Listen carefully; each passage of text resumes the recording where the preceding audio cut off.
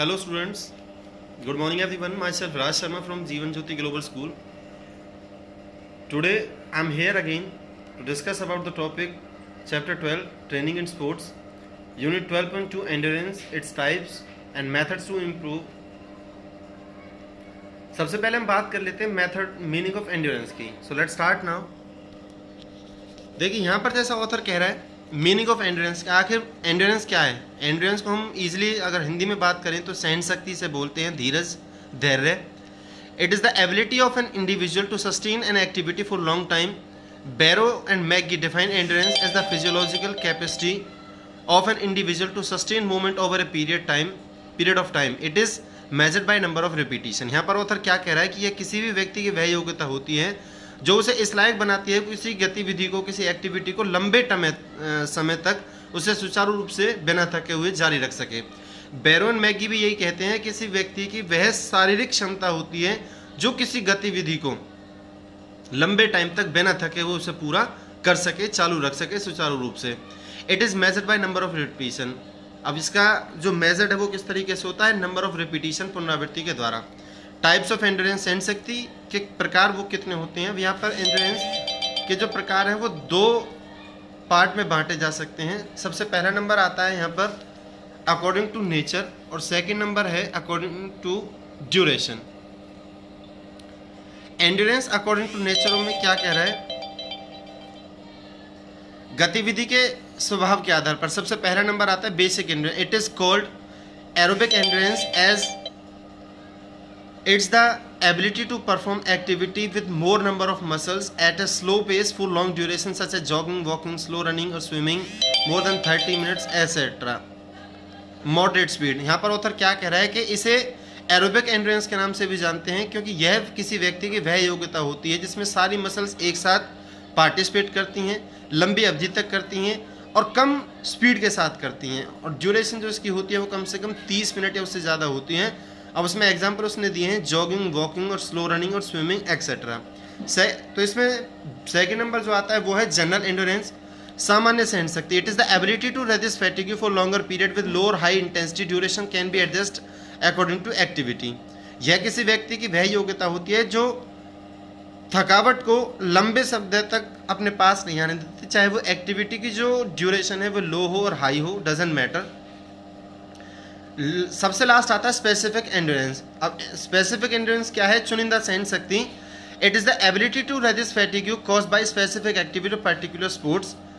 किसी व्यक्ति की स्पेशल काइंड की जो एंड्योरेंस होता है, जैसे उसेन बोल्ट है, उसके अंदर जो एंड्योरेंस है वो एक अलग ही तरह का है.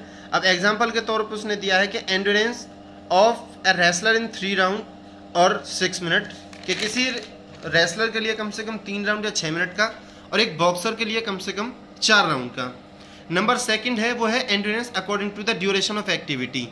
सबसे पहला नंबर इसमें आता है वो है स्पीड एंड्योरेंस, गति सहन शक्ति. It is the ability to resist fatigue for activity lasting up to 45 second. ये वह योग्यता है किसी व्यक्ति की जो कम से कम 45 सेकंड तक किसी एक्टिविटी को क्या है सस्टेन करके रखते हैं. एग्जाम्पल इसका 400 मीटर स्प्रिंट. सेकेंड नंबर पर वो बात करता है शॉर्ट टर्म एंड्योरेंस, अल्पकाल के लिए, थोड़े समय के लिए. किसी भी व्यक्ति की वह योग्यता होती है जो 2 मिनट 45 सेकंड से लेकर 2 मिनट तक किसी एक्टिविटी को चालू रख सकती है. एग्जाम्पल इसमें दिया है 800 मीटर रेस का. थर्ड नंबर है मिडिल टर्म एंड्योरेंस, मध्यम काल, कुछ और ज़्यादा समय के लिए. It is the ability to resist fatigue in sports activity last from 2 to 11 minute, 2 minute से लेकर 11 मिनट तक. और 1500 मीटर की जो रेस है वो इसका बेस्ट एग्जाम्पल है.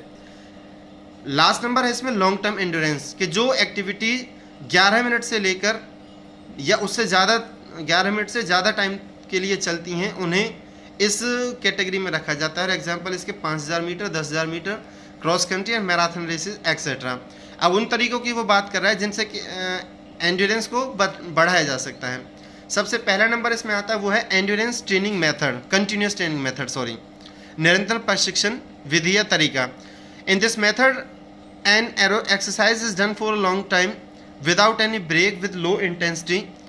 Without heartbeats remain 140 to 160 per minute in this method and duration not be less than 30 minutes. यहाँ पर ऑथर क्या कह रहा है कि यह वो तरीका होता है जिसमें किसी गतिविधि को लंबे टाइम तक सस्टेन करके रखा जाता है। हार्ट बीट इसमें 140 टू 160 जो नॉर्मल रेट है उस पर रखी जाती हैं, और इसमें जो ड्यूरेशन होती है किसी एक्टिविटी की वो 30 मिनट से कम नहीं रखी जाती। एग्जाम्पल उसने दिया है क्रॉस कंट्री का। अगला नंबर जो है वो है इसके एडवांटेज, वो क्या, सबसे पहले एडवांटेज की वो बात कर लेते हैं। एडवांटेज क्या है कि it increase glycogen muscle and liver, हमारे लीवर में ग्लाइकोजन नाम का जो हार्मोन होता है उसका उसमें बढ़ोतरी करता है। It increase the number of and size of mitochondria, कि जो माइटोकॉन्ड्रिया रोम छिद्र जो होते हैं उनमें इंक्रीज बढ़ोतरी करता है। It increase the efficiency of lungs and heart, हमारे फेफड़ों और हमारे हार्ट की जो कार्य योग्यता है उसे बढ़ाता है। सेकंड नंबर पे हम बात कर लेते हैं इंटरवल ट्रेनिंग मेथड। जैसा कि इंटरवल सब जानते हैं, इंटरवल के बारे में क्या है कि ब्रेक लेकर काम करना। It is the training of heart through endurance training, दूसरे शब्दों में हम इसे ऐसे भी कह सकते हैं कि यह हमारे हार्ट की, हमारे दिल का प्रशिक्षण होता है एंड्योरेंस ट्रेनिंग के साथ साथ। बिकिला एक फेमस कोच थे फिनलैंड के, इंट्रोड्यूस उन्होंने 1920 में इस ट्रेनिंग को इंट्रोड्यूस किया था। He force on the performance of rhythm between work and rest, उन्होंने काम और रेस्ट इन दोनों के बीच में जो था उसके ऊपर जोर दिया। वो डेली क्या करते थे, 400 मीटर को 10 से 20 बार डेली दौड़ते थे, बजाय इसके 10 से 20 मील डेली दौड़ने की। और इस तरह से वो क्या करते थे कि कम समय में ज़्यादा वर्कआउट कर लिया करते थे। This training method is based upon effort and recovery principle. अब देखिए वही बात आ गई कि यह जो प्रिंसिपल है किस बेस पे ये काम करता है, एफर्ट एंड रिकवरी, प्रयास करो और रिकवर करो। एग्जाम्पल देखिए 400 मीटर रेस विथ 80% स्पीड, उसके बाद जॉगिंग कर लीजिए until heart beats comes to 140, normal rate तक आ जाएं। फिर दोबारा से 400 मीटर को 80% स्पीड के साथ कीजिए। एडवांटेज क्या है, more workout can be done in short time, कम समय में ज़्यादा काम किया जा सकता है। More beneficial for respiratory and circulatory system, हमारे जो सर्कुलेशन सिस्टम है और श्वसन संस्थान है उसके लिए ज़्यादा फायदेमंद होता है। Can be trained at same time, तो दोनों को एक साथ सीखा जा सकता है। The progress can be measured easily, can give better result in short time, कम समय में अच्छे परिणाम दिए जा सकते हैं और एक साथ ही क्या है इसे मापा जा सकता है।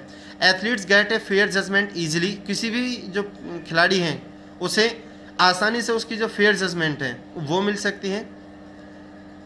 And suggestion can be given by coach during recovery period, और किसी भी कोच के द्वारा जो सजेशन है, सुझाव है, वो आराम करने के रिकवरी के टाइम के दौरान भी दिए जा सकते हैं।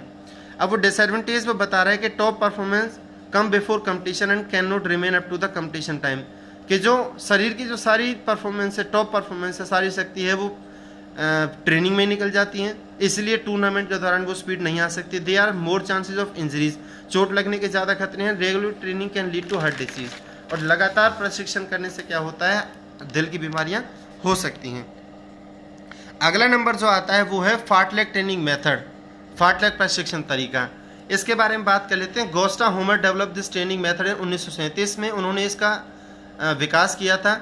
As fartlek is Swedish word, Sweden भाषा से ये वर्ड लिया गया है जिसका मतलब होता है स्पीड पे ले, तेज गति के साथ खेलना। In this training method activity training continuous with interval training, अंतराल के साथ इसमें ट्रेनिंग की जाती है। इन दिस मेथड पेस और speed is not pre plan, पहले से प्री प्लान नहीं होती है। It is change according to the surrounding, surrounding के साथ साथ वो चेंज होती हैं, जैसे कि नदी, पर्वत, वन, कीचड़ भरे रास्ते, पक्के रास्ते, घास भरे मैदान एक्सेट्रा। इसमें हार्ट रेट जो होता है, जो रेंज होती है वो बिटवीन 140 टू 180 पर मिनट के अकॉर्डिंग होती हैं। Depends upon the experience of athlete but most probably it last A minimum of 45 minutes. किसी भी प्लेयर के एक्सपीरियंस के ऊपर डिपेंड करते हैं, लेकिन फिर भी क्या है कि कम से कम 45 मिनट से ज़्यादा नहीं होनी चाहिए। This training method is usually linked with running, आमतौर पर ये क्या है, रनिंग के साथ लिंकअप है, जुड़ी हुई है। एग्जाम्पल देखिए क्या बता रहा है, warm up, jogging, slow running for 5 to 10 minutes, कम से कम 5 मिनट तक आपने क्या करना है, 5 से 10 मिनट वार्म अप करना है। उसके बाद खड़े खड़े आपको 1.5 से 2 किलोमीटर की रनिंग करनी है। Recovery rapid walking for at least 5 minutes, आपको तेज रिकवरी टाइम पे क्या करना है, तेज चाल चलनी है जिससे आप रिकवर कर सकें। फिर दोबारा आपने क्या करना है, start speed of work, easy running between sprints about 50 to 60 meter. तो यहाँ पर इन पॉइंट्स के बेस पे आप ये कह सकते हो कि यह वो तरीका है जो एफर्ट और रिकवरी के बेस पे प्रिंसिपल पे काम करता है। एडवांटेज की हम जो यहाँ बात कर लेते हैं, it keep heart rate up to good get good cardiovascular. यहाँ पर क्या कह रहा है कि हार्ट रेट को इस तरीके से रखता है जिससे हमारे कार्डियोवास्कुलर जो फिटनेस है, हृदय वायु का पुष्टि है, वो हम प्राप्त कर सकते हैं। It is suitable to makes an athlete a good endurance, good sprinter and long distance runner also.